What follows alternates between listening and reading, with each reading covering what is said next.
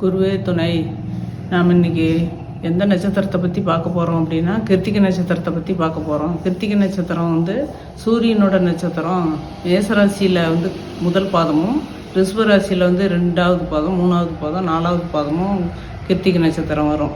இந்த நட்சத்திரத்துக்காரங்க வந்து நல்ல காரியம் செய்ய வேண்டிய நட்சத்திரம் என்ன அப்படின்னா சந்திரனோட நட்சத்திரம். ரோகிணி, அஸ்தம், திருவோண நட்சத்திரத்தில் நீங்கள் வந்து எல்லா நல்ல காரியங்களும் செய்யலாம். உங்களுடைய குணாதிசயங்கள் பார்த்தா நீங்கள் வந்து பேச்சாளராக வரத்துக்கு உண்டான வாய்ப்பு, பெரிய லெவலில் பேச்சாளராக இருப்பீங்க.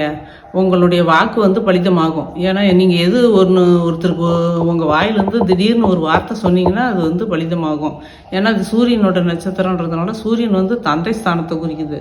அந்த தந்தை ஸ்தானத்தில் இருக்கிறவங்க எதுவுமே வந்து நம்ம பிள்ளைங்களுக்கு எல்லாம் நல்லது செய்வோம் அப்படிங்கிற வார்த்தையில் தானே வாயில் வார்த்தை வரும். அதனால் உங்களுடைய வாக்கு வந்து பலிதமாகும்.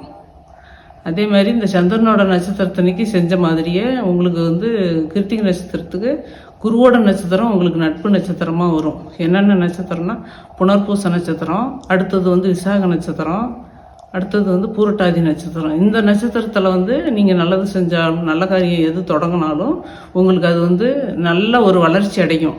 வளர்ச்சிக்கு மேலும் மேலும் வளர்ச்சி அடையக்கூடிய நட்சத்திரங்கள் இந்த 2 நட்சத்திரத்தினுடைய 2 கிரகத்தினுடைய நட்சத்திரத்தில் நீங்கள் செய்யலாம். மற்றபடி வந்து மேலும் வந்து போர் போடுறது இந்த மாதிரி தண்ணி சம்மந்தப்பட்டதுக்கெலாம் வந்து இந்த விருச்சிக ராசியில் குருவோட நட்சத்திரம் வரும், அது விசாக நட்சத்திரம், அதை பண்ணுங்கள். மீன ராசியில் பூரட்டாதி நட்சத்திரம் வரும், பூரட்டாதி 4ஆம் பாதம் வரும். அதேமாதிரி பூரட்டாதி 4ஆம் பாதம் கடகத்தில் வரும். அன்னைக்கே அந்த போர் போடுறத வச்சுக்கோங்க. மற்ற நாட்கள் வந்து வேறு நல்ல காரியம்லாம் வேறு நட்சத்திரம், நான் சொன்ன நட்சத்திரம் சந்திரனோட நட்சத்திரத்தில் நீங்கள் வந்து எல்லாமே செய்யலாம். வாழ்க வளமுடன்.